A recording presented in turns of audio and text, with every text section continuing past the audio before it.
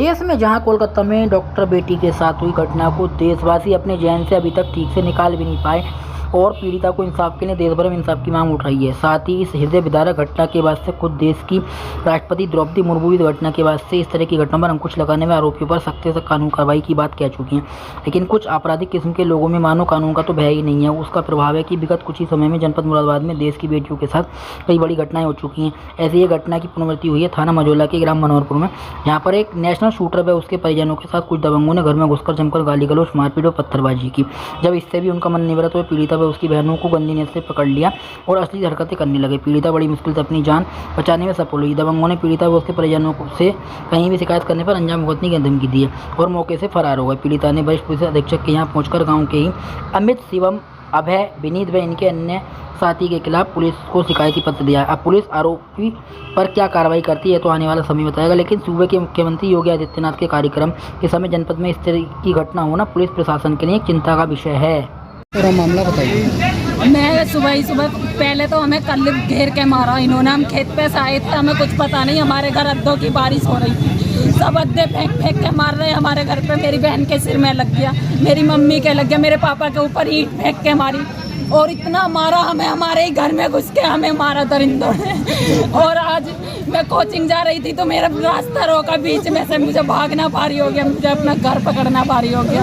मैंने कई गाड़ियों वाले से रोक के बीच में जो भी मिला के मुझे एक कॉल करवा दो, एक कॉल करवा दो, किसी ने मेरी बात नहीं सुनी। और आज मैं खेत पे से आ रही, मेरे सिर पे घास की गठरी थी और मैं गठरी मेरे सिर पे और मेरे सीने पे वार किया, डंडे से वार किया। मेरी बहन के मारा, टंकी की रोड मारी और मेरे कुल्हाड़ी का डंडे ही डंडे फेरे, मेरे घूसे फेरे पीछे सब में। और घसीट के घर में ले जा रहे थे बदतमीजी और कह रहे थे जो कोलकाता में केस हुआ था वो केस करेंगे तुम्हारे साथ। पता नहीं इतना गलत सलत बोल रहे थे। हमें सुरक्षा चाहिए बस। कल कला को हमारे साथ कुछ हो गया, इसका जिम्मेदार कौन बनेगा, कौन देगा हमें न्याय।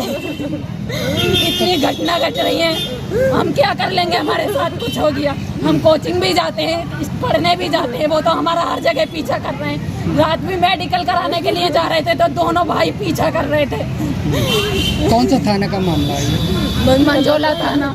अच्छा, कि आपके कपड़ा वगैरह की फाड़ी क्या है?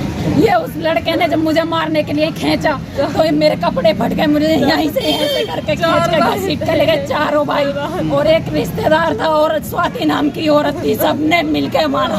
किसी नाम जानती हैं आप? क्या क्या नाम है उनके? हाँ, एक जो लड़का मतलब चारों भाई हैं, उनके पापा का नाम पप्पू है, बड़े लड़के का नाम अमित है, दूसरे का शिवम है, तीसरे का अभय है और चौथे का विनीत है।